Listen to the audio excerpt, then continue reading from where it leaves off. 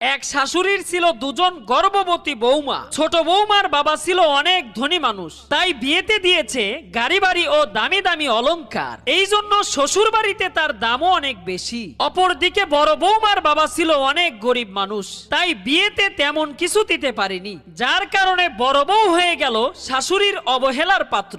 একদিন হঠাৎ তারা দুজন হাসপাতালে সন্তানের মা হলো। এদিকে শাশুড়ি পুরো ঘর সুসজ্জিত করে অপেক্ষা করতে লাগলো তার ছোট বউ ও তার ছেলের জন্য। বড় বউ আর তার ছেলের কথা কারো ভাবনাতেই নেই। ঠিক এমন সময় হাসপাতাল থেকে ছোট বউ ফোন করে বলল, মা, আমি হাসপাতাল থেকে সরাসরি আমার বাবার বাড়ি যাচ্ছি, কারণ হইল এখন আমার আরাম দরকার। ছোট বৌমার কথা শুনে শাশুড়ি অনেক কষ্ট পেল। ঠিক তখনই বড় বৌমা তার ছেলেকে নিয়ে বাড়িতে চলে আসলো। শাশুড়ি তখন বলল, তুমি কেন যাওনি তোমার বাবার বাড়ি? তখন বড় বউ বলল, কেন যাব বাবার বাড়ি? এটাই তো আমার বাড়ি।